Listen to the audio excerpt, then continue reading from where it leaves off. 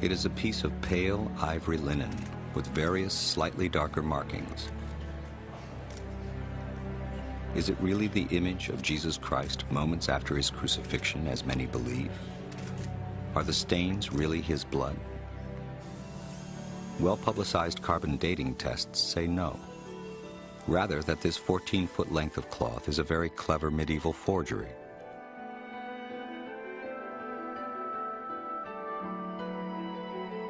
But recent information has raised serious doubts about the accuracy of the carbon dating. Scientists are again pressing their attention to the old question: is this an image of the crucified Jesus?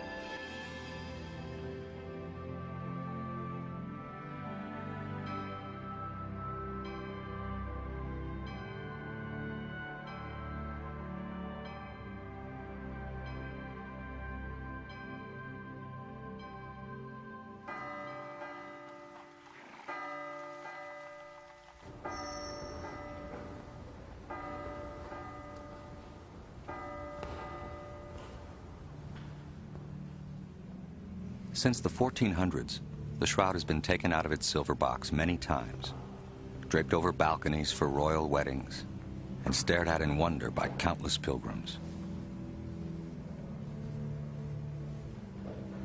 The shroud first appeared in Europe in 1355. It was well known during the worst years of the Black Death, when huge crowds stood in line to see it, when Gutenberg perfected the printing press, and when Columbus discovered America.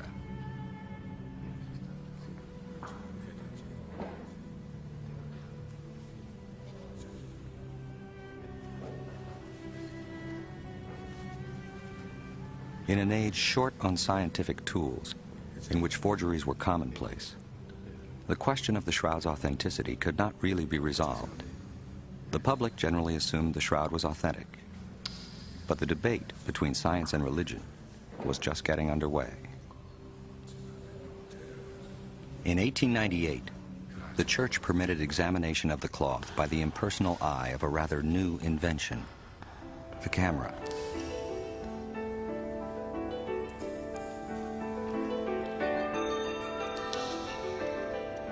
No one could have expected that the photograph Segundo Pia took that day would change forever the way people saw the shroud.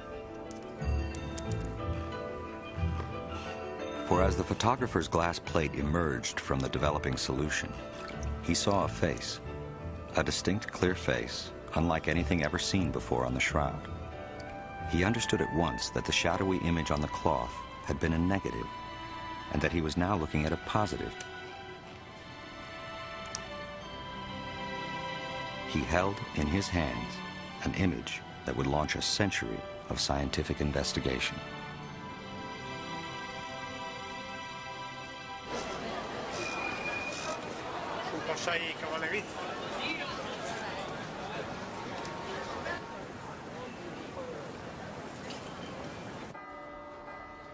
A 100 years after that first photograph was taken, the city of Turin prepares for another public display of the cloth.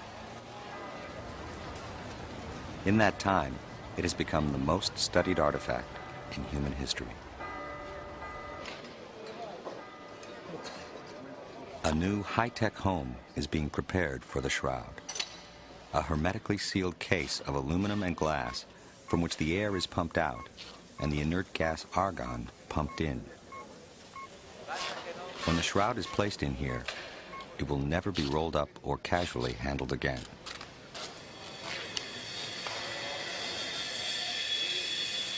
All this activity may seem surprising if the carbon dating tests are correct, that the shroud is a fake. Is it blind faith, or is there reason to doubt the scientific findings? The shroud is again the center of controversy. At an unmarked side entrance, restricted access enforced by guards.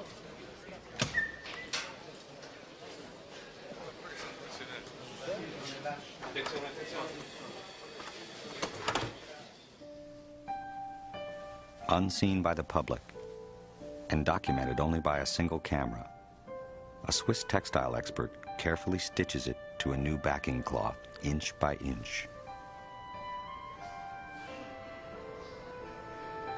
For the curator of the shroud, there is no question about who it is this cloth once covered.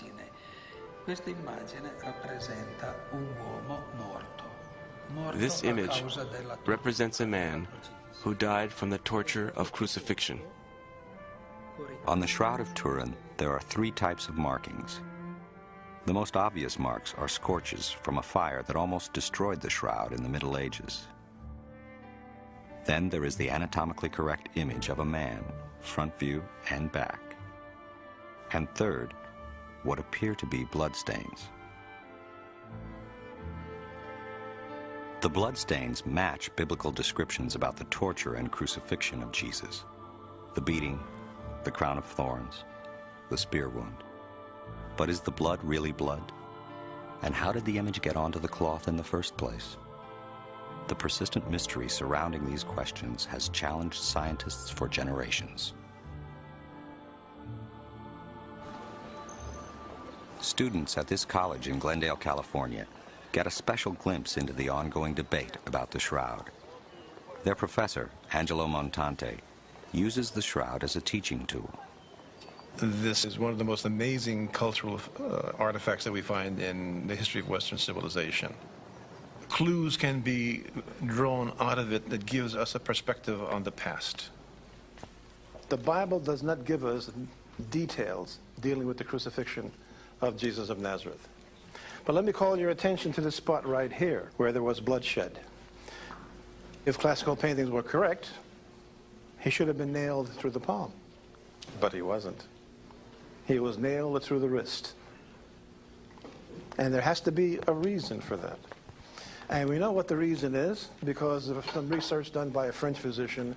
Years ago, a French surgeon experimenting with cadavers was able to determine that the palm cannot maintain the weight of a human being. It has to be through the mesocarpal region of the wrist. Something else is important in this regard. When you nail a person in that area, you press on the median nerve. And when you press on the median nerve, the thumb goes in. And if you'll notice, you do not see thumbs on the figure at all. That's a very accurate kind of thing. How could a forger have possibly known that?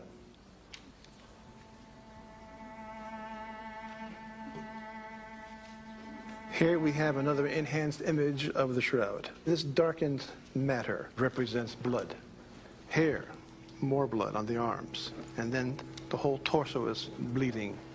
On the side of the torso, near the 5th rib, is an unusual exudation of blood. It matches the shape of the Roman lancia, which was in use at the time of the crucifixion.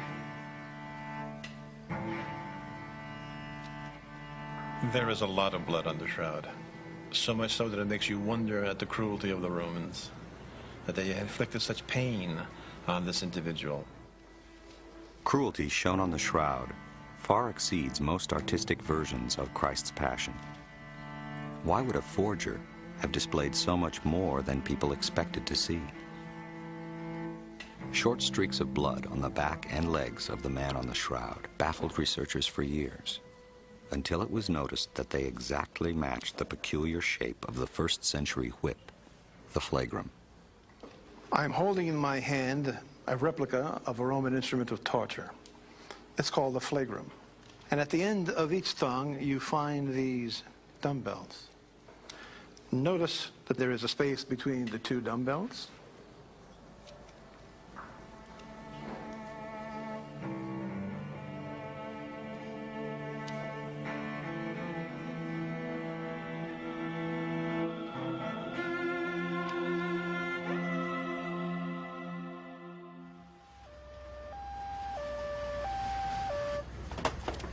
Even modern medicine would probably not have been able to prevent this death. We can determine the severity of the wounds of the man on the shroud because of the anatomical accuracy of the image. An image so accurate, it can be read by a modern physician. This is a quarter-size negative of a picture of the shroud, and it appears to be a middle-aged male.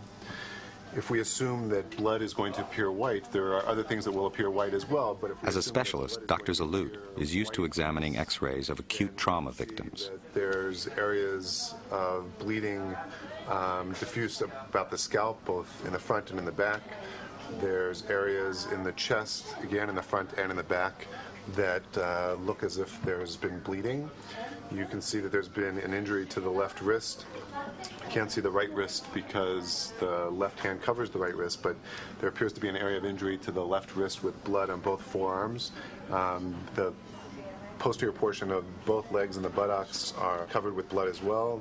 In both ankles, there appears to have been some bleeding as well. It's impossible to say what the cause of death was, although there's multiple areas of injury, any one of which could have been fatal. The specific wounds are consistent with only one cause of death: crucifixion.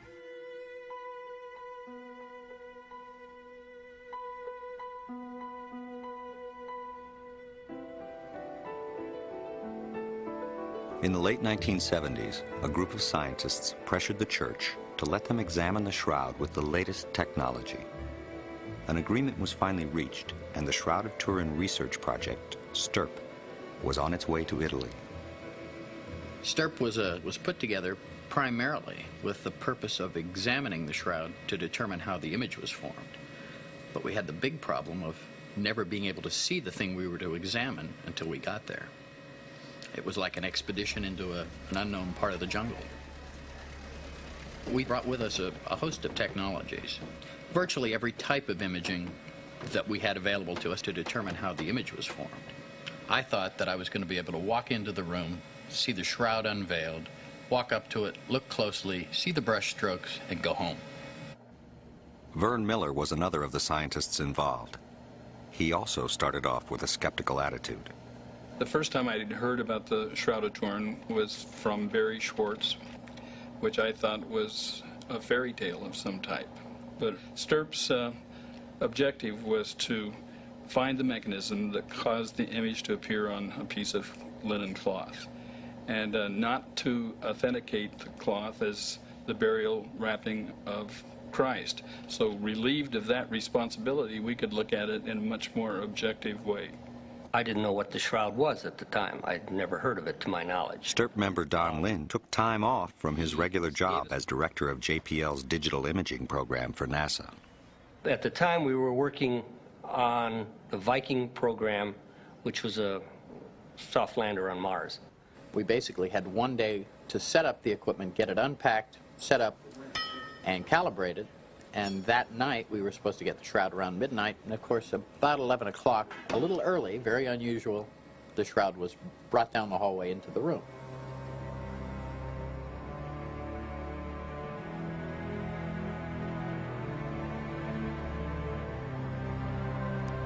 One of the first experiments that was done on the shroud was to separate the cloth from its backing cloth in a small area, about 4 inches.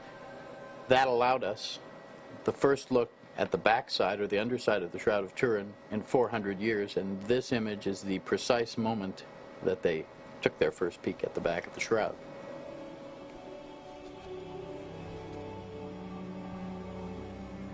Then Professor Rigi of the Italian team inserted an endoscopic camera between the two cloths.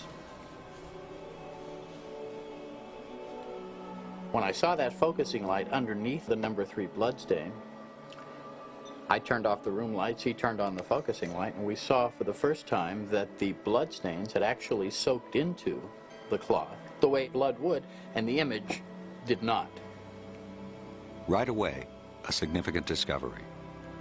When viewed from the front, both the image and the blood are seen clearly. But when light is shown through the back of the shroud, the blood is visible, but the image is not. That was something we didn't know until that moment, which meant the image could not be a painting, or we would have a density of paint on the shroud that would show in a transmitted light photograph. We were all anxious to find if the blood was real or not. When I first viewed the shroud during those tests, The blood did not look real to me. The blood looked quite red and fresh, other than something that was supposedly 2,000 years old. To determine if this was real blood, we took samples on a sticky back tape and then examined it in a laboratory much later. It was not until several months later that we determined that this was real blood. Okay, in the next slide, we show the actual blood on the weave of the cloth. Is this the blood of Jesus? Is it the blood of another person who happened to have been crucified by the Romans? Is it the blood of an innocent man taken to create an extraordinary hoax? One of the theories of image formation on the shroud was that it might be a scorch because the color is something like the scorched color of an ironing board cover. In normal light, both scorch and image look the same. Since all scorches fluoresce under ultraviolet light, we imaged the shroud using UV photography. We did not see body image. We got wonderful images of all the scorches on the shroud, but the body image didn't show at all, proving that the body image could not be a scorch. As to what might have caused the image, the scientists ruled out possibility after possibility. Microanalysis of the threads that were brought back determined that the color change of the threads was due to a chemical change, dehydrated oxidation. But we do not know what caused that chemical change. The stains on the cloth are remarkably subtle and complex. One fiber will be discolored, while an adjacent one is not. Yet each fiber is only 1/10 the diameter of a human hair. And in some places the image only penetrates to 1/500th of an inch. There is no known way of replicating such markings on a cloth.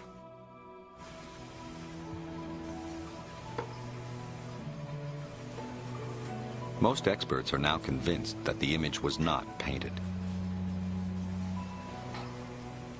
In the search to understand how it was created, scientists placed it under a machine called the VP-8 image analyzer, a unique device used by NASA to interpret photographs from space. If we place a perfectly normal young man's picture under the VP, any two-dimensional image, such as a photograph or a painting, will not be read properly. The shape of the original object will appear distorted. the hair, which we know to be over the brow, is actually sunken because it's darker, whereas the face, the cheeks, are actually elevated because they're lighter. A photograph of the shroud should be distorted as well. But it isn't. When this image was seen for the first time, scientists were amazed. It was perhaps as dramatic a moment as when Segundo Pius saw the negative image of the shroud for the first time. We notice that the nose is above the cheeks and that the face is of the proper dimension. The beard and the hair. The VP-8 analysis was a breakthrough, establishing that the image was formed while the cloth was draped over a three-dimensional object.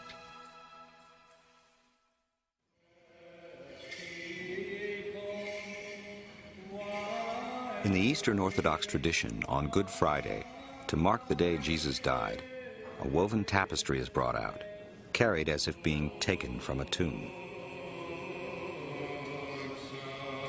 This tradition goes back more than 1,000 years. Each tapestry is different, yet each one bears the image of Jesus laid out on a burial cloth, the body banked with flowers. The similarity to the shroud is unmistakable. Many say that this tradition of placing flowers around an image of Jesus in his shroud goes back to the very beginnings of the Christian Church.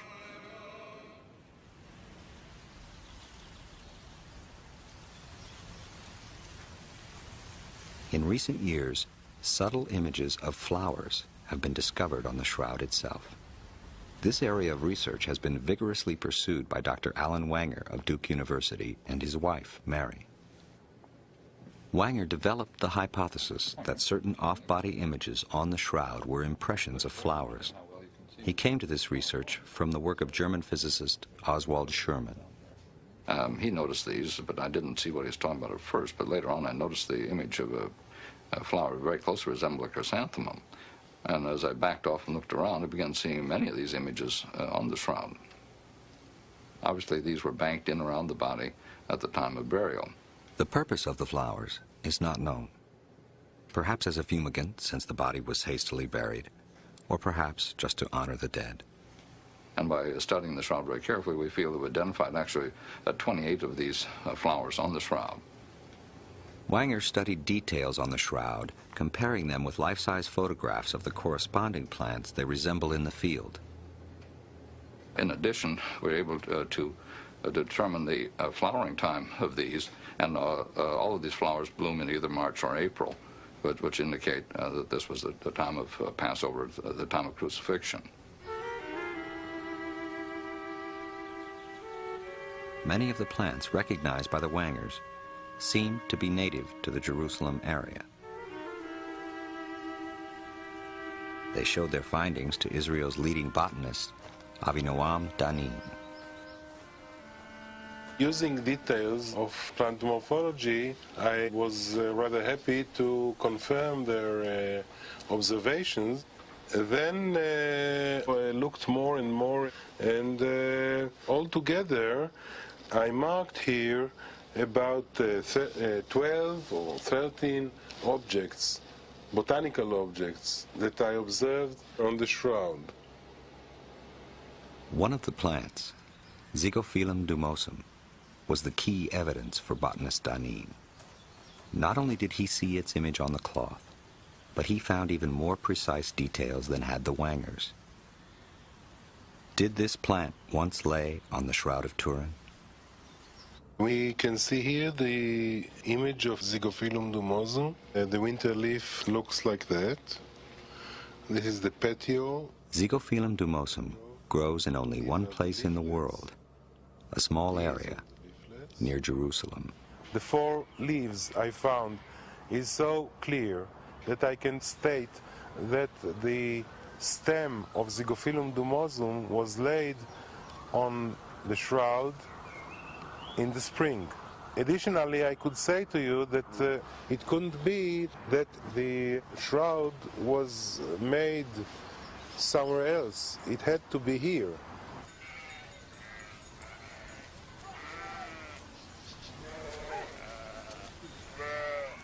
If there were flowers around the body, there would also be pollen. Pollen can last thousands of years, and under the microscope, each type is distinctive. Clues too small for the naked eye, just waiting for the right detective. In 1973, the Swiss criminologist Max Frey was permitted to take samples of pollen from the weave of the shroud. He preserved them on glass slides. Trained as a botanist, he spent years analyzing their pollen content. He died before he could finish and publish his conclusions, but others have taken up the work. Using state-of-the-art technology, they can exactly identify each pollen grain and match it back to the plant. Uri Baruch is Israel's leading pollen expert. Working with Dr. Danin, he calculates the type and frequency of pollen on Frey's slides. In the back of my mind that there are also canopods that have the same pollen type. And we haven't met this one before. It's the first instance of this pollen type. The goal is to determine exactly which plants surrounded the body and which were the most prevalent.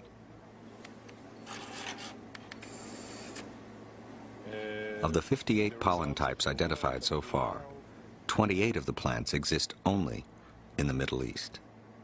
Proof that the cloth spent part of its history there. Many are still part of the lives of the people of the region, like Fagonia mollis. The leaves of Fagonia mollis are used by the Bedouin in southern Sinai to heal superficial wounds. They take the green stems and leaves and burn it. The powdered ash is used to put on the wound. They call it uraga.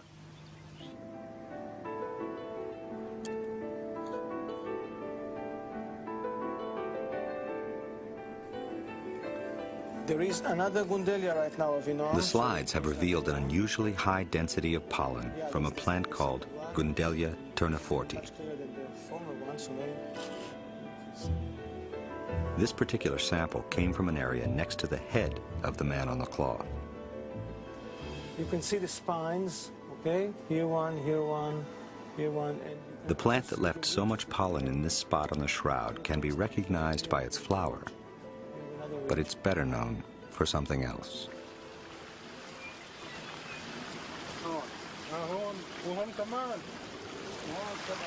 I have to use my knife because it's a highly spiny plant. This is Gundelia tourneforti, the thistle that has the highest frequency of pollen grains on the Shroud of Turin.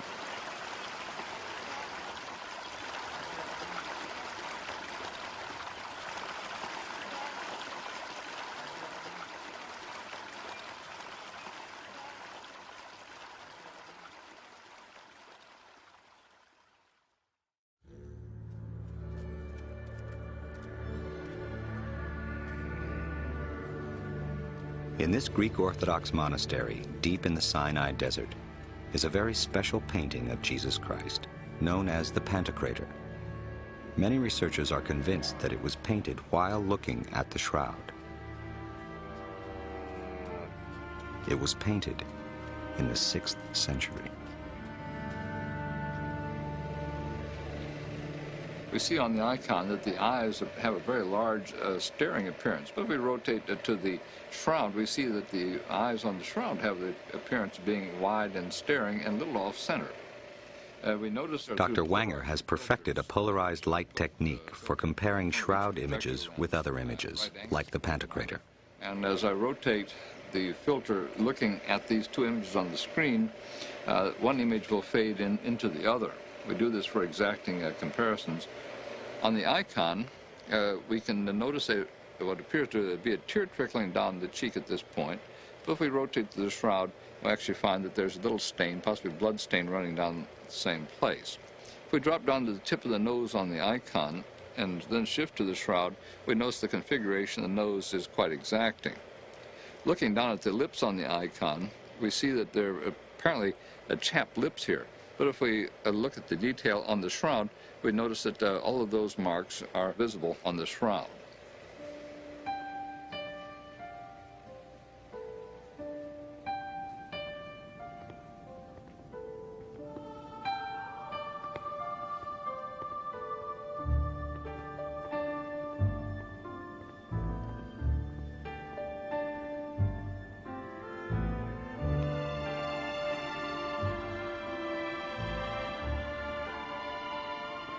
Jesus was the most illustrated person in history, but the Bible never said what he looked like. How do we know? How do we know he had a beard? How do we know he had long hair? Where did artists get their imagery from? Art historian Jack Riley has made a study of the face of Jesus in painting. Is there a common source for this image we all know so well? Each artist has his own view of the man.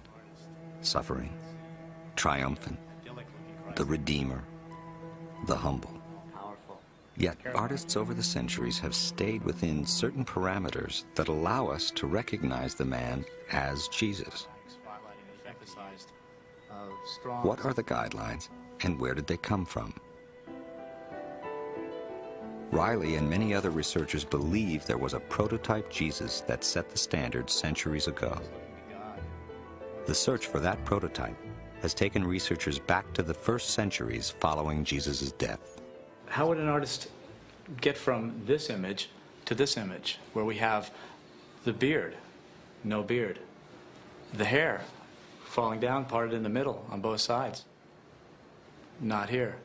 This Jesus looks like a Roman god. He's painted in a youthful manner, doesn't have the same characteristics. The question is, what's missing.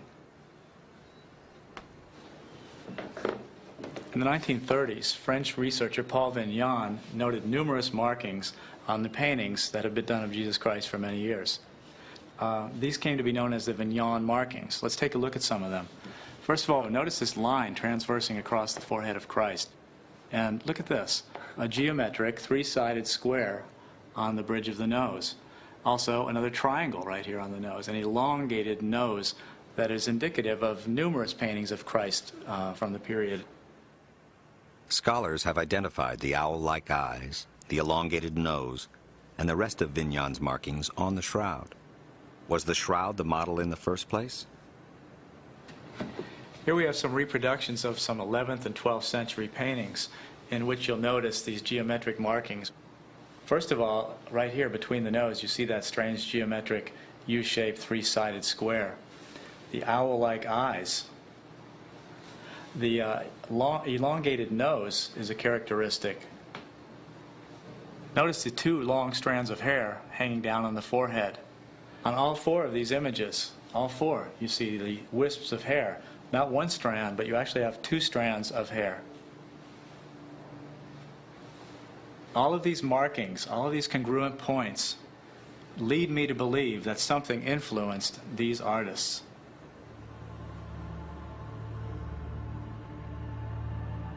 These similarities are not only found in paintings. This coin was struck in 695 AD. We see on the coin a rather crude image here, but as we rotate our filter and then go back and forth, we notice there are some remarkable similarities. For instance, if we look on the coin, we notice these large clefts off the side of the face here, but if we go to the shroud, we see exactly the same cleft. On the coin, there's a bridge across right here. When we rotate the shroud, we notice the same bridge there. On the coin, there's a little outpouching here. We rotate the shroud, there's the same outpouching right there. As we look at the eyebrows, we see these match up. If we look at this blood stain on the shroud here, we see that in the hair here, if we even drop down to the fold on the shroud across the neck, we see that the iconographer who was doing this die for the coin included this very exactingly. And there's no question who the die cutter thought it was, because here it says, Issa Christus Rex Reginatium, around here, Jesus Christ, King of Kings.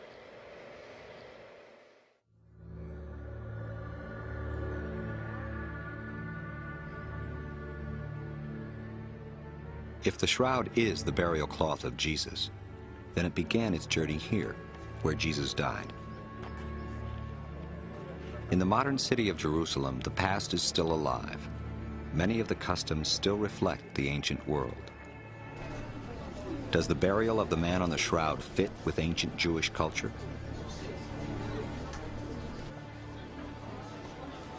American-born Rabbi Micha Halpern has lived in Israel for many years.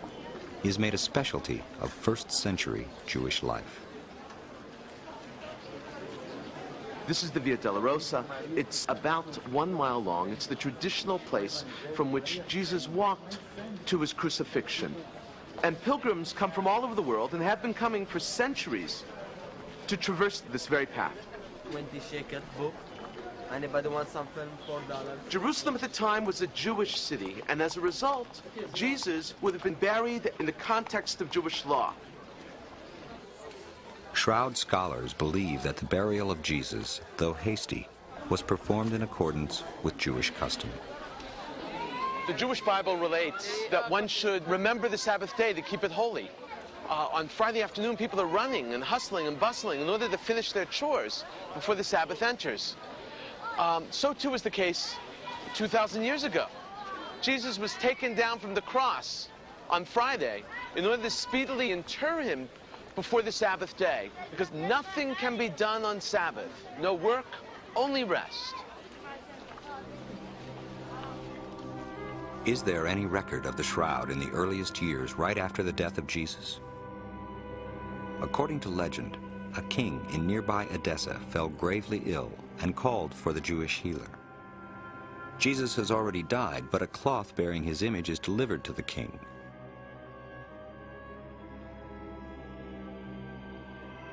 King Abgar is immediately healed, and the miraculous cloth becomes known as the Mandylion. The Mandylion is venerated throughout the Middle East as the image of Christ, and the city of Edessa becomes a center for Christianity. Mandylion is a word that means little towel. On this little towel was the face of Jesus, painted on a stylized background and usually shown framed. If the Mandylion was the shroud, why did it show only the face? It was then known only as a face cloth, but Ian Wilson, the English historian, says, there's a key word in ancient documents, tetradiplon, which means doubled in four. If you double the shroud in four, you end up with a little rectangle with a face in the middle. Could the cloth of Edessa be the shroud folded to reveal only the face? The shroud is its own best map to the past. You start with one clue, and it leads to another. Call volunteers, please. In 1978, the STURP team discovered a number of folds on the shroud. But of those, 8 were prominent. And what we're going to do now is replicate that folding of the shroud. The raking light photographs proved, yes, there are 8 folds in the shroud. Of course, photography can't tell us when they were made, but it does show that at least at one time in its existence, that shroud was folded in 8. So there would have been a rectangle with the face sitting in the middle of the rectangle.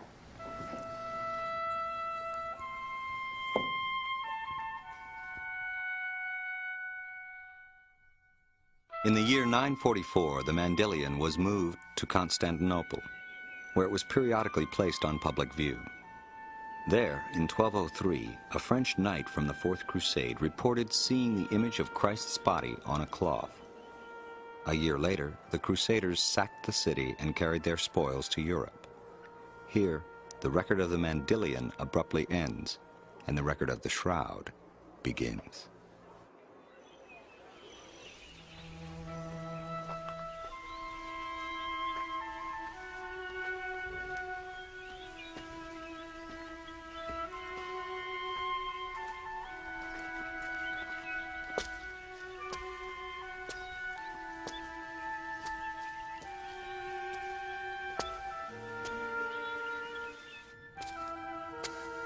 This is a cave just outside of Jerusalem, which is probably very similar to the type of cave where Jesus himself was buried. It would be closed with a large rock, a boulder most probably, and that's how the Christian Bible actually describes the burial of Jesus. When the STURP team examined the underside of the shroud, they found that some pollen grains could not be identified because they were coated with a mineral. This mineral was subsequently analyzed and traced. And investigating the mineral, they discovered that it was a limestone of sorts. A limestone very, very rare and indigenous to an area outside of Jerusalem.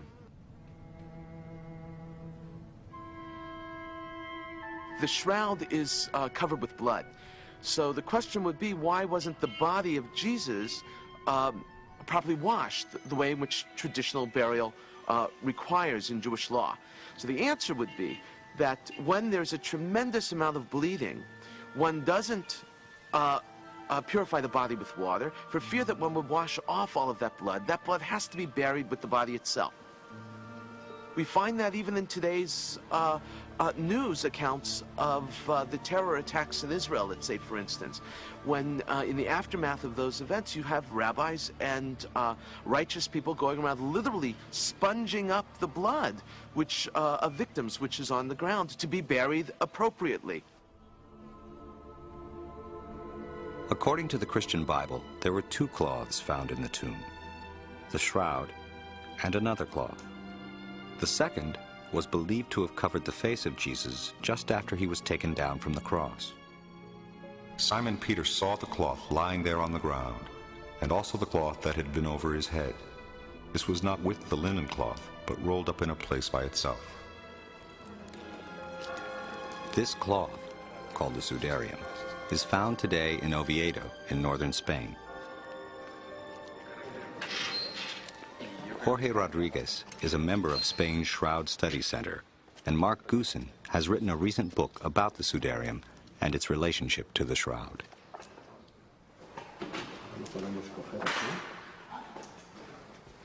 The sudarium is covered with blood, but there is no image, as there is on the shroud. It is believed that this cloth was removed from the face before the body was wrapped in the shroud. The cloth is running away from danger. It was always just ahead of the invaders, just escaping, always going further north to the safer places, and this is where it stayed. This was the safest place in Spain during the Moorish invasion.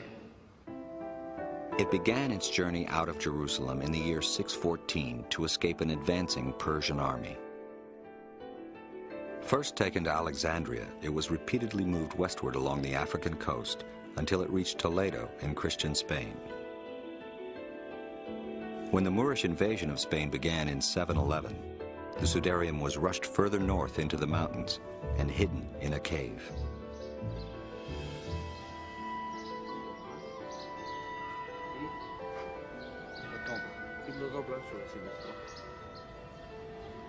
Using a replica, researchers show how the cloth was wrapped across the face. They believe it was pressed to the face, absorbing blood and other fluids consistent with the Jewish custom respectfully covering the face of a victim of violence, and then preserving the covering to keep the blood with the body. And these stains here are particularly interesting because they coincide exactly with the stains on the back of the shroud, on the dorsal image of the blood again that was caught in the hair from the wounds from the crown of thorns. They're exactly the same here.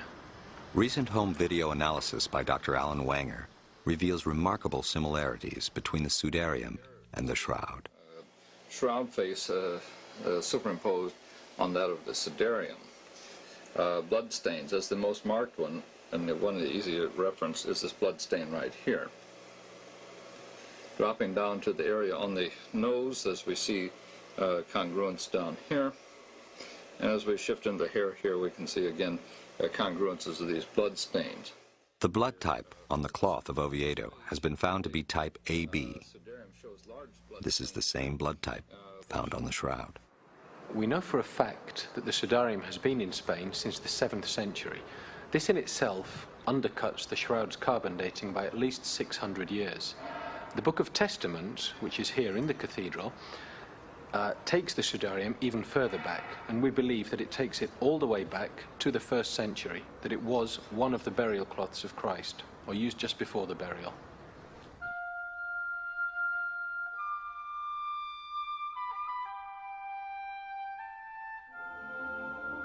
In 1988, carbon dating tests concluded that the shroud was no more than 600 years old. This seemed to put an end to scientific inquiry into the cloth. Many theories were advanced why the test might be wrong, but few scientists were convinced.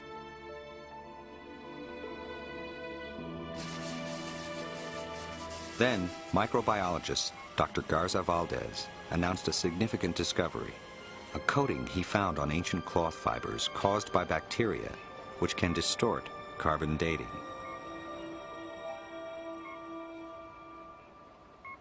In 1996, he tested a few fibers of the shroud and found enough of this coating to skew significantly the carbon dating results. Physicist Dr. Harry Gove is the inventor of the modern technique for carbon dating. This bacterial contamination is something that the people who did the carbon dating were not aware of. In fact, I don't think anyone was aware of it until Garza Valdez discovered this possibility. Even if they had been aware of it, the cleaning procedure that they used would not have taken care of it. So there was no way that they could have made an absolutely unequivocal date of the shroud material. With the results of the carbon dating now in question, scientists are already at work finding a way to separate the bioplastic coating from the original linen. When the procedure for separating the cellulose from the bioplastic coating is well established, then I think we would be prepared to offer to do another carbon date on the shroud. Whether the offer would be accepted is is not at all clear. With regard to the carbon dating, there is one more factor which, if it occurred, would definitely have thrown off the results: radiation. If what I am told by physicists is correct, it's a projected image. And in other words, it's almost as though the body were floating in the middle of the cloth and all of the projection comes off at right angles to the body. This image is directly collimated from the body. That is, it's parallel to gravity. This is so unique that it has to be explained as a radiation phenomena. And as we rotate back, Radiation may be the only way to explain recent findings that the image is like an X-ray, revealing internal structures of the body. we are seeing the bones, the metacarpals, here. Even more striking, as we shift up to the wrist area and rotate back and forth, looking here, we can identify the individual wrist bones on the Shroud of Turin. We see skeletal features in the depth of the body consistent with some type of X-radiation. And so we feel that the image, other than the direct contact from blood and so forth, is basically formed by this remarkable and unique situation of radiation. Superimposing a skull over the face of the shroud reveals internal structures with remarkable clarity. We can see that we are seeing the images of teeth here. As we shift back and forth, we can see on the shroud, here are the teeth, roots and all. Then what is the source of the radiation? Some researchers feel they have the answer to that one too. I believe this image is on the cloth because of the transformation that occurred during the resurrection. The body transferred from one medium to another, and in so doing, it left a recoil. And it's just such a recoil of particles radiating from the body that marked the image on the shroud. That's why we get the three-dimensional effect and other things. What does that? I don't know. Let alone, how do you get that kind of energy out of a corpse?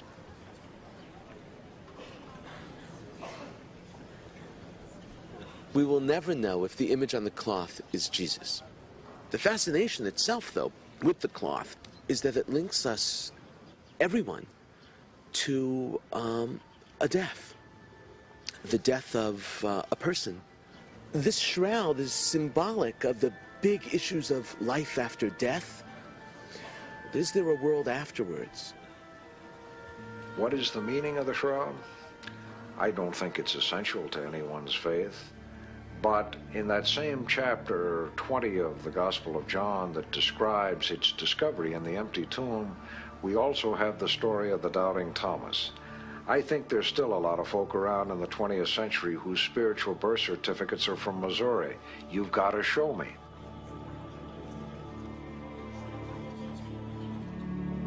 What kept my attention over all these years is the sheer mystery of it.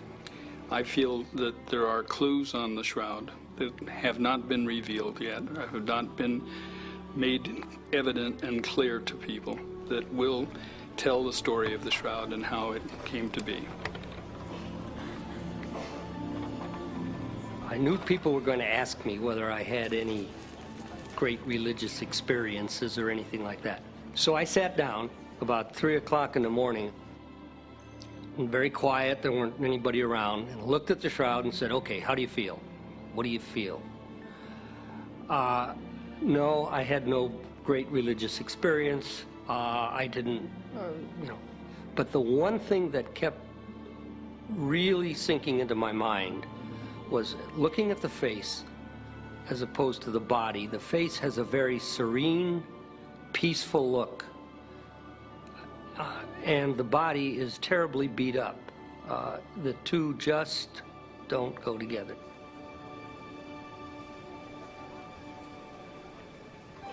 Our team spent hundreds of thousands of hours.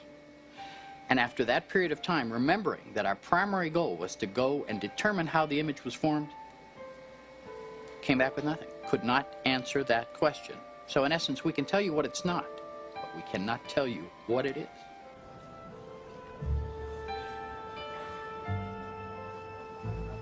Theology should not be in conflict with technology.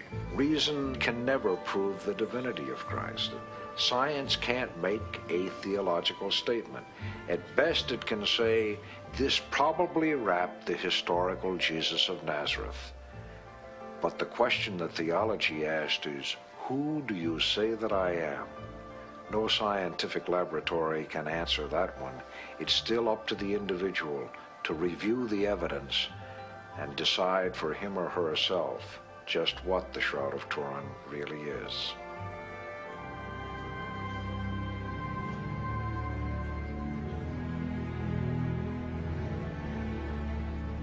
The Shroud of Turin has made a greater impression on my life than anything else.